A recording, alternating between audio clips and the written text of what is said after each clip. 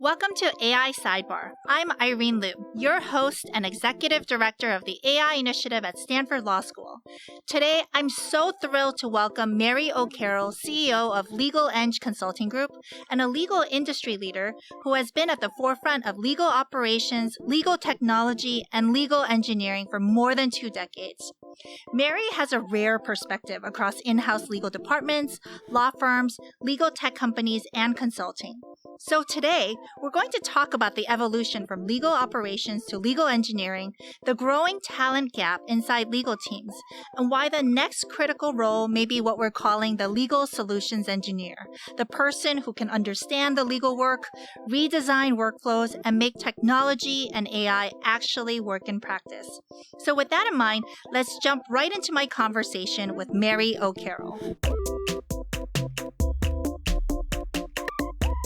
Mary, thank you so much for joining the AI Sidebar. Thanks so much for having me. So Mary, I can't think of anyone who has had a greater influence on legal operations than you. You've had such an incredible career at Google, and then you've had legal ops leadership roles at Clock, Ironclad, Goodwin, and now CEO of LegalEng Consulting Group. So in all of these roles, you've seen iterations of legal ops. And now you're seeing another iteration in this age of AI. And so now that you're looking at it, and you've seen so many variations of this profession, how should the legal operations role and the team evolve in this age of AI? It's so interesting. It's been over 20 years that I've been in this space that we now call legal operations, and it now has a name. But the role itself, it's still brand new. It's still nascent, even after 2 decades. But because it's been evolving this whole time, I think at the end of the day, though, like what it stands for has stayed the same. So when we try to think about early on, like what's the elevator pitch? How do we describe this in a really easy way to understand? And I think the way that I've always used, I use the term right sourcing. So our job as legal operations professionals on in-house legal departments is to right source the work, meaning looking across your organization, seeing all the work that's coming in and figuring out, okay, I've got all these resources at hand. I have in-house counsel, I have outside counsel, I have technology, I have alternative service providers, I have non-attorneys.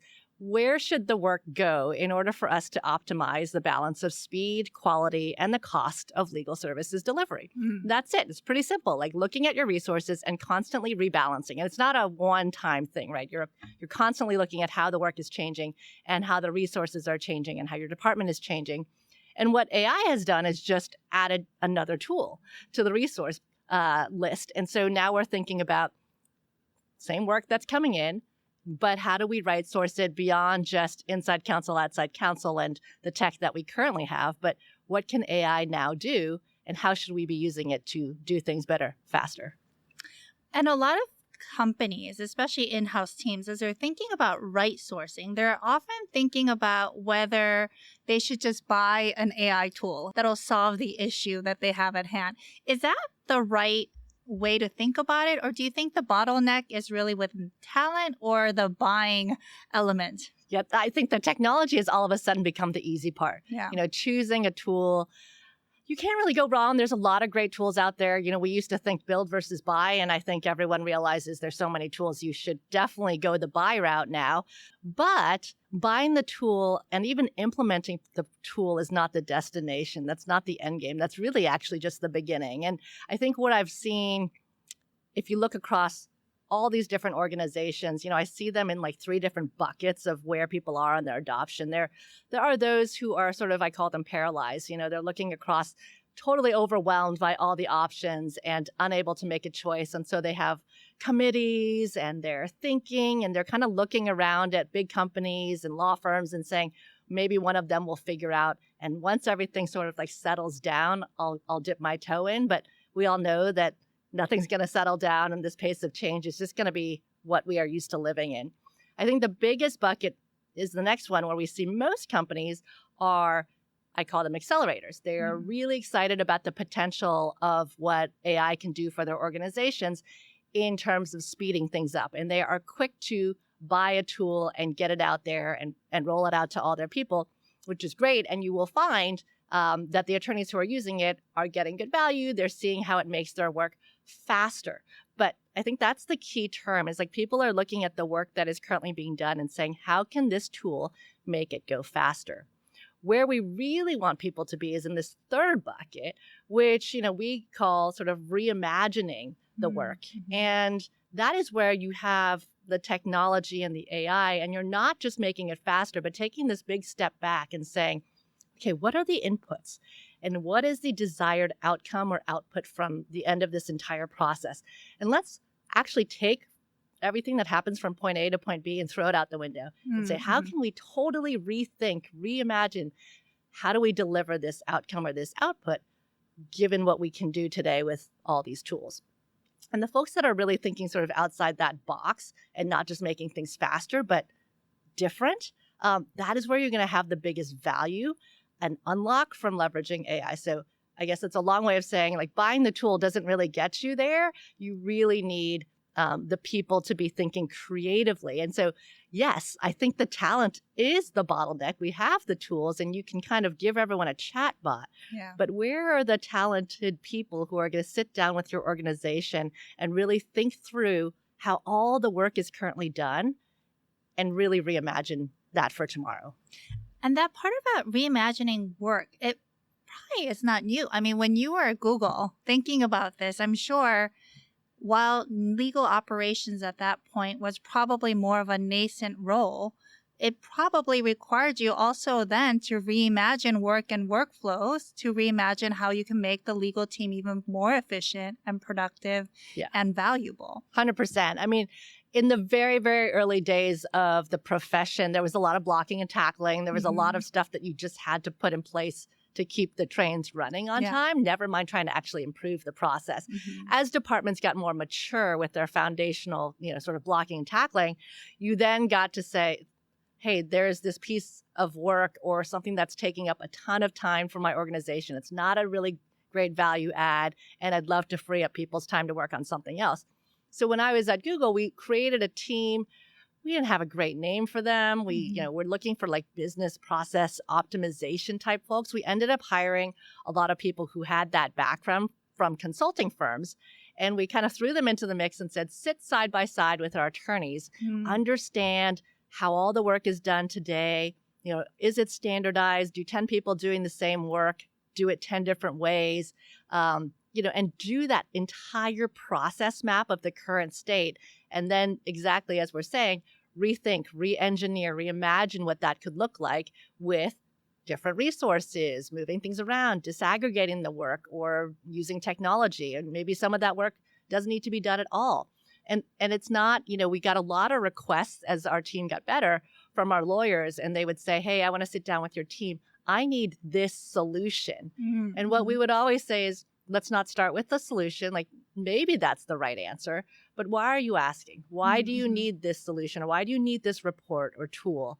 And what is the problem you're trying to solve? And as you start to like unpack what's the issue at hand, what's the root cause, there might just be a different way to think about it altogether. So that was a team we had. Yeah. And we just didn't know until, now we're starting to call these folks legal engineers. And there's a lot of people who are saying, oh, I'm so glad there's a name for this. I've been doing this job for a long time. And it's a lot of parallels to the early days of legal operations where we defined legal ops and all these people came out of the woodwork saying, I've been doing this for a decade. I didn't know. And so was your team then called legal operations, or those consultants? What was the name of that team? Yeah. So legal operations to me was like the umbrella for everything that was, sort of the business of law side of our organization, not the practice of law. So we had people within legal operations that were focused on outside counsel and financial management. We had people working on systems and tools. We had people working on knowledge management. And then we had like business intelligence. And then this team, we called them, like I said, kind of like business process improvement. There was a team at Google that was known outside of legal for internal consulting, and they were called just biz ops, very simply. And so we called them legal biz ops because at least within Google, people knew what that meant. But yeah, we didn't really have a good name for that group. Yeah, and it's so interesting because you just mentioned the term legal operations and then also legal engineering, and this new term legal engineering. But it's actually not new because it started at Ironclad, the company where you were at. And it's interesting because I remember that role emerging because I was a general counsel at another tech company, and we're looking at using Ironclad. And I remember encountering a legal engineer, and it actually was a paralegal with some contract experience from another tech company. And so it wasn't really highly technical. It wasn't a technical legal engineering role. And so can you tell me about what that legal engineer role was when you started at Ironclad, and how it's being used now and how it's evolved? Yeah, you're absolutely right. And I had the same sort of reaction. So Ironclad is a contracts management or lifecycle management company with AI. And when they first started, they created this team of people, called them legal engineers. And I think like you, I sort of expected that like that was the technical team. They're the engineers, they're the software engineers. And I thought they were the people actually building the technology.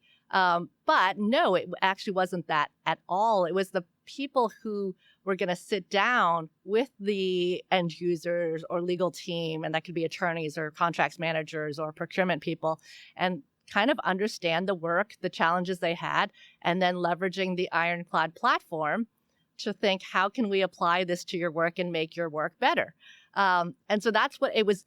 And when I kind of, it clicked and I understood what the term meant, I started realizing, okay, it is engineer as in process reengineering or designing the systems and re-engineering them, not software engineering. That was a bit of an aha moment for me. It sounds like you had a similar reaction. And I think a lot of people out there probably think that a legal engineer, as we use that term, is someone who's highly technical and can be coding all day. But I don't think that's what it is.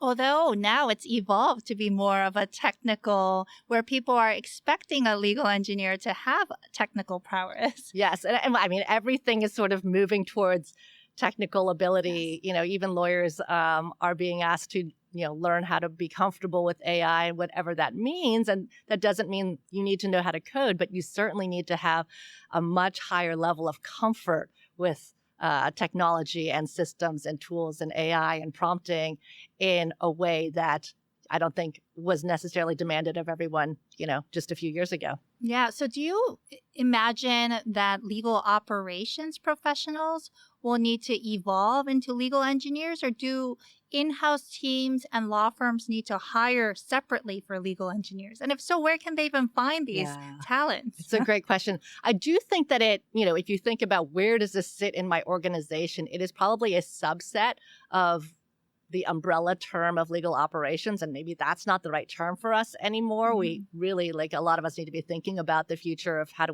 what do we call ourselves? But there absolutely is, I think, a sub segment. So, you still need your outside counsel people. You still need your knowledge management. But there is a place for this now. And I think it's becoming more and more important. So, when we started having this role at Google, I think it was like we called it a luxury team. I don't think you looked around at other legal departments and had this, group of people. But now it's become much more important. Because the technology is changing so fast. It's not like you can just make a decision to buy a tool and roll it out and move on. Someone has to stay on top of the evolving technology. What else is available? What are the new features? What are the capabilities? And then keep it refreshed and up to date and new integrations and all the things that are ongoing. And now that you can kind of get one workflow up and running pretty quickly, you can turn around and find yourself overwhelmed with a lot of things that you've deployed.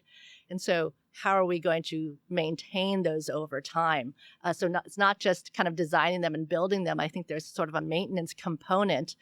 The other term that gets thrown around a lot these days is the forward deployed engineer. I think it's from the technology or AI companies, they're seeing a lot of value in putting one of their FDEs with their clients to help them say, hey, this tool is so powerful. It can do a lot of things. What can it do for you? Let's get under the hood with your organization. So it's a lot of that same idea, but we're seeing this sort of, if we want to call them legal engineer, this role is popping up on the in-house side, on the law firm side, and on the vendor side, because everybody needs it. And as you said, where do you find them?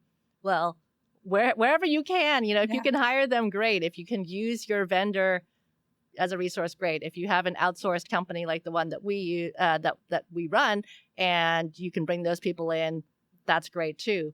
But everybody is looking for them, and there isn't, just massive pool of people who are sitting around. So I think it's a big gap, going back to what you said. In order for us as a industry to be successful, the biggest bottleneck to me right now is this big gap in the market in terms of talent. Yeah. And another area that I was thinking where you could get the talent is maybe solutions engineers within companies, because oftentimes these solutions engineers are the ones that are interfacing with the customer, trying to diagnose what their issues are, Yes. and trying to help them solution how that product can work best for them.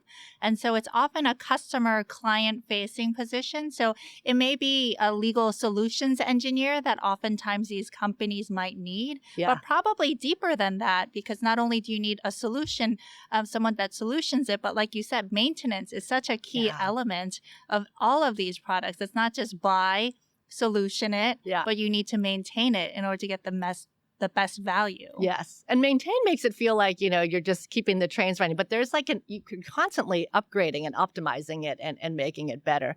But I think, you and I talked about this term kind of as we were prepping for this. And I like that legal solutions engineer, which maybe if you're new to this world, clicks a little bit better, of thinking like this is someone who's re-engineering a solution rather than like a software engineer.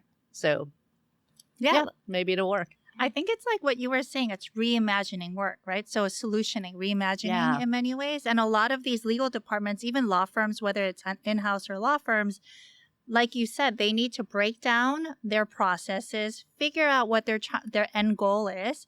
And with each of them, they have to reimagine how can they inject technology and AI to really vastly improve and add value to their services. And so it will require a lot of different types of solutions engineering. So it'll be interesting to see if we'll see more legal solutions engineers in the future.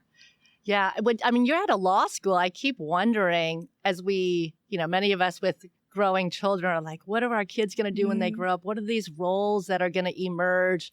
We always say, the roles that we have today aren't going to be the same jobs that the future generations are going to have. And, I think we have to look to law schools and business schools and engineering schools to start to rethink, what are these gaps in the market? What are the skill sets? And are we kind of preparing people for the future in these areas where, I don't think we are right now, and that's not a fault of the schools. We've never needed this before, but it's emerging quickly and becoming, I think, a big hole in the market that needs to be filled quickly. Yeah, and I think at Stanford Law might be very distinct given the fact that we're located right in Silicon Valley, and we have a very curious population of students with technology, and they love to tinker with it. And we have 1Ls and 2Ls that are building companies. Oh, I'm sure. We have students that are also going to legal tech companies for internships instead of the traditional law firms. They're also going to AI native law firms as for full-time roles as well too. And so we have this interesting emerging group as well that are very proficient in technology and are interested and curious as well too. And so it'll be interesting to see how they land and how they fit into this reimagining of work and the types of work that they take on afterwards as well too. Because it's no longer just a law firm associate role as one of the main backstops. Yeah. So well, and as companies become more AI native, and law firms, as you mentioned, are now AI native, there's going to be, a huge population of folks coming out of school that are going right into those companies. And you probably don't have to tell them to reimagine, because that's literally what they're doing, Dan. I mean, they start from scratch and say, like, how do we do this better as an overall organization? So they're at a bit of an advantage. I think the challenge that we're going to see, or we are already seeing, is the large organizations. And how do we change? You've got companies with, thousands of people, and everything is functioning very, very well for the current state.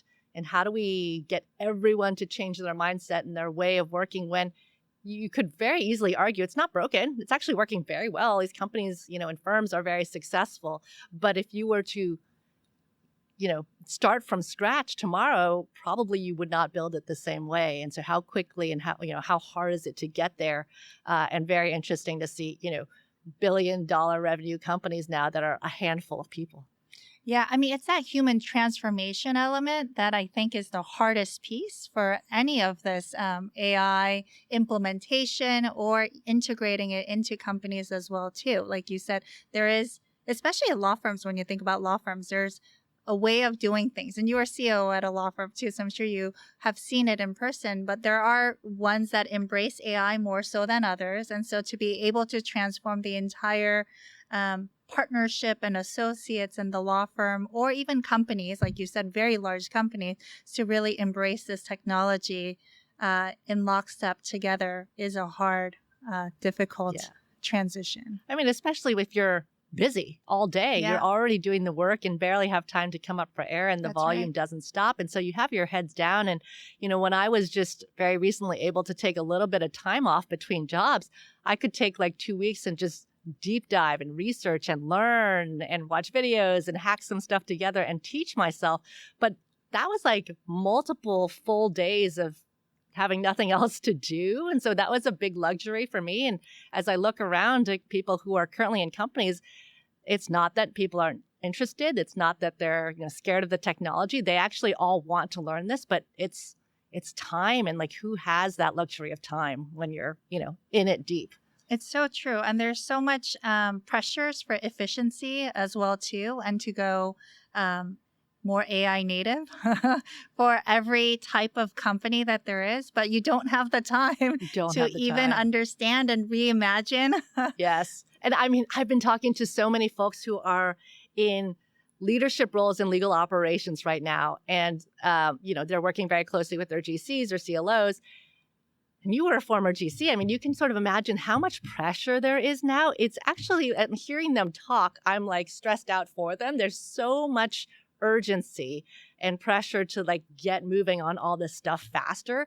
And what we all have to realize is you don't get to push pause on, the old way of doing things. Like, people are still totally overwhelmed by the amount of work that is coming in regularly. And to say we all have to stop, rethink, retool, roll stuff out, rethink how you need to do your job, that's like adding a whole nother job to these people's jobs, which is, again, why I think sometimes you need outside people or someone from the vendor side to come in and help, because there's just like the expectations for how much it could be better is so high, and the sense of urgency is so high also. So people want results and impact fast, but it's not that easy. It's not fast. Yeah. And there's going to be moments that, your productivity actually goes down quite a bit as people are trying to figure it out. And you do have to kind of press pause on some of the work or bring someone else who can focus on this.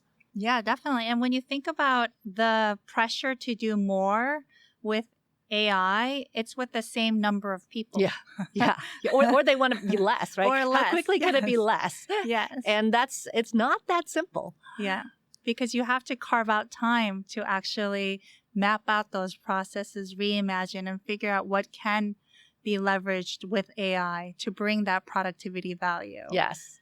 So if someone's listening and they're in-house, they're in legal operations, or they're in-house as a senior lawyer or even a junior lawyer, what are the things that, as a baseline, that they should tackle that you think is totally doable?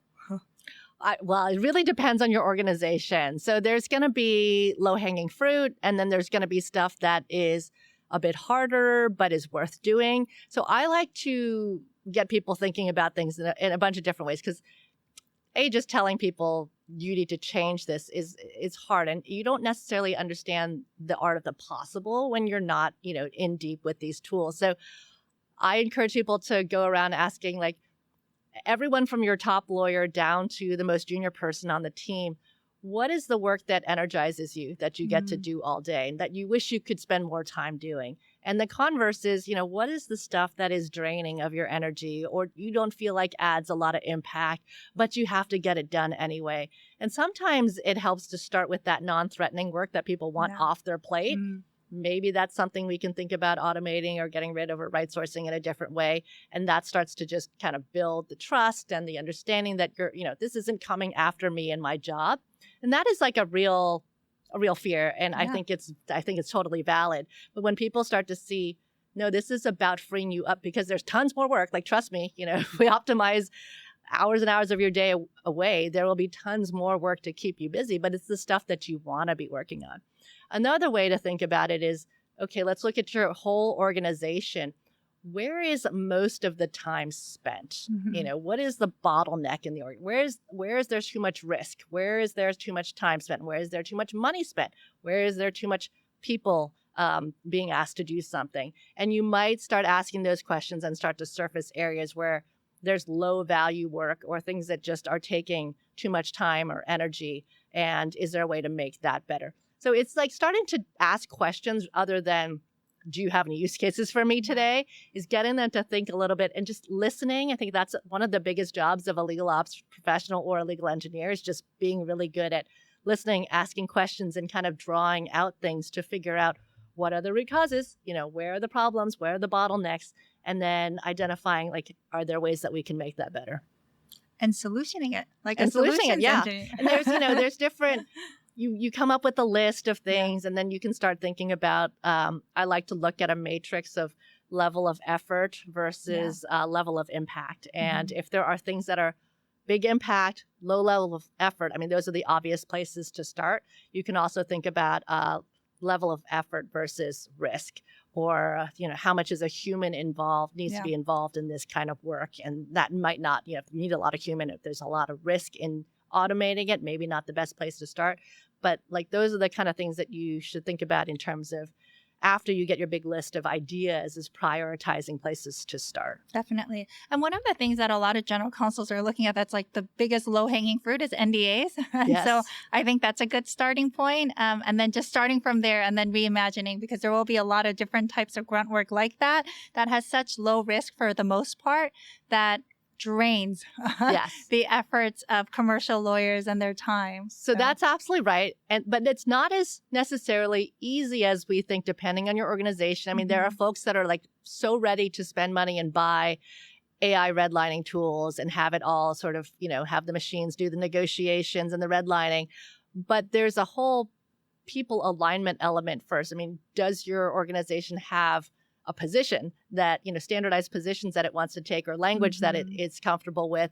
And if you haven't aligned internally, again, like if you have 10 lawyers negotiating NDAs and they all do it differently, and now you want to use AI, you're not going to be happy with the results. Definitely. If these 10 lawyers can get in a room and say, here is our standard, language, position, templates, how we like to see things done, here's, what our risk tolerance is, then certainly you can start to solution it and build something out that can be very impactful. But we oftentimes forget that there is some lift that is the non-technical part that is actually the hardest. And honestly, getting 10 people to agree on language is very, very difficult. Yeah. And the playbook is basically one of the things that you need to build. And that is a hard one to align across the company on the risk level, not only on NDAs, but let's say contracts as well, or whatever other process, just aligning and finding the data repository to be able to train the models. That is also additional time that you need to carve out 100% as well too. And that takes a lot of effort in itself too. That's right. Yeah. So if we're looking at also moving outside of in-house to law firms have been investing in AI in very different ways. We just heard recently that Kirkland invested, $500 million into their AI solution as well too. And so that's quite a mark. And a lot of other law firms are trying to also reimagine how they're going to leverage AI. And so when you think about law firms, obviously their incentives and their business model doesn't always align with the efficiency and the cost that clients want to see. But what are the things that they should be thinking about as they're investing in AI? Should they be investing more in the talent side as well too? Or is it the technology, or is it both? I think it's exactly what we spoke about earlier. It's the same thing where the technology buying is the easy part. I think kudos to Kirkland for, putting a big stake in the ground, coming up with a strategy that's a little bit different than everyone else's. But they've gotten a lot of marketing and a lot of talk, and they haven't done anything yet. It's like, so we will see, because saying that you're going to spend the money is really the easy part. Spending the money is the easy part. But where is it going to actually create value for the clients? I think that is a big, big question. You talk to as many GCs as I do. I hear just constantly daily frustration of, Yes. yeah, I see all the announcements. I know my firms are using it. They say adoption is up. I still don't see any impact to my work, to my bills. So that's the challenge. It will take time. As we talked about, these firms have been in very successful business models for a long time, and it is not easy, and they're all busy. And so where I think, if I were to invest, absolutely, it's the talent, it's the sitting down to understand the work. And I think it's actually much harder at a firm than it is in-house. I mean, in-house, even if you are the most complicated legal department at a company like a Google that has within it many, many geographies, products, as well as practice areas, almost like a small law firm, right? But most legal departments do one piece of work a lot. They do a lot of contracts. They might do some IP. They might have some litigation, but they all do a ton of contracts. And so that's like the place to start, obviously, for most in-house teams. You go to a law firm and you go to one team and you're like, maybe we'll do some stuff for the M&A team. And after talking to, 5 associates and 2 partners, you're like, wow, it's actually very complicated, very nuanced. They have every type of situation that happens under the sun. That's why you call a law firm. Your company may not have a ton of M&A every year, but that's all these people do day in and day out. And then you go through every specialization in every practice area, throughout a firm, and you start to realize there's so much area for opportunity and to kind of reimagine. Where do you even start? Do you start with one team, one office, one geography? Do you throw a bunch of people at every area? And I think that's what everyone's kind of struggling with right now is like, who is going to get under the hood and change that? And then what does it mean if we start to do something in 1 hour versus 8 hours? Okay, there's ripple effects. It's all connected. That's going to affect the pricing. Okay, if it affects the pricing, how does it affect the performance evaluation and incentive models for compensation? How does that affect how we hire? What should our structure of the firm look like? Yeah. Do we need more of these different types of people?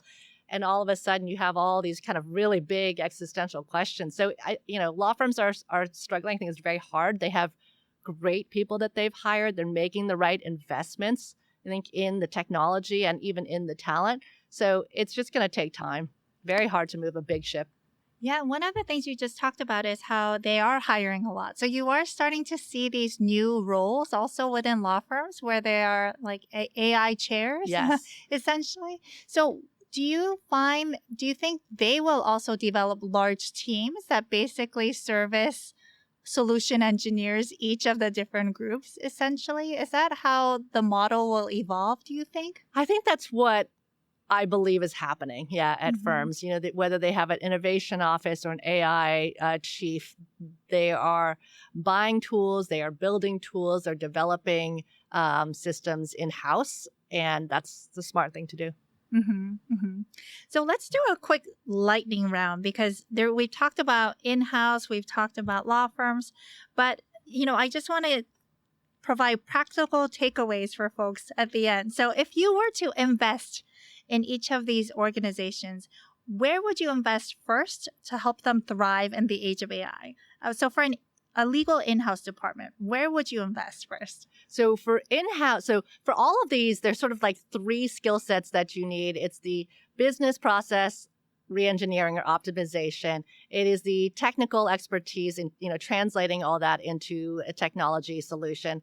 And then there's the deep legal substantive kind of understanding of the work that gets done. So you have those 3 things. It's very rare to find someone who has expertise in all 3. So you kind of have to optimize for who you are. So your first question was, if you're an in-house team, again, I don't think you need as much deep legal specialization because you don't have that many practice areas.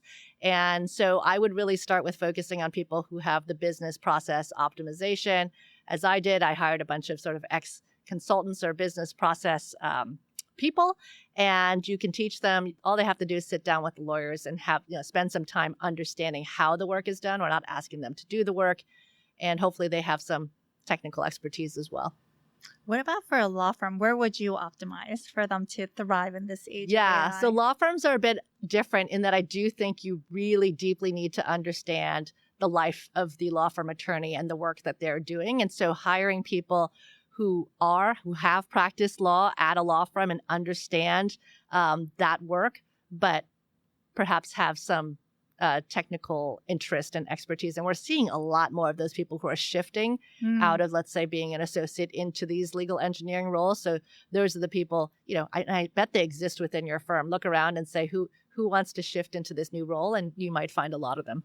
I think that's such an important point, that it's talent shifting, because there isn't a deep pool of these kinds you have to of get talents them from somewhere. Yeah, exactly. So you may need to just shift some of the people that are proficient already in their areas of expertise that are highly technical, and then shift them to this role, which is interesting. What about for an AI native law firm? Where would they need to invest to thrive? So I think it's probably not different than a regular law firm, although now AI native law firms have two different sides. They have the practice of law, and they have the side that's actually, many of them are building their own models, tools. And so for that side of the house, you definitely want people who can be technical builders and to be working closely with the lawyers. What about for an AI legal tech company? We're seeing such a surge of these AI legal tech companies that's never been seen before. I've never seen legal tech be so hot. Gosh. Isn't it bizarre? It is a thing now. Yeah, no one wanted to invest in it before, and now everyone wants to invest in it. And everybody wants to start up in it and work in one of them.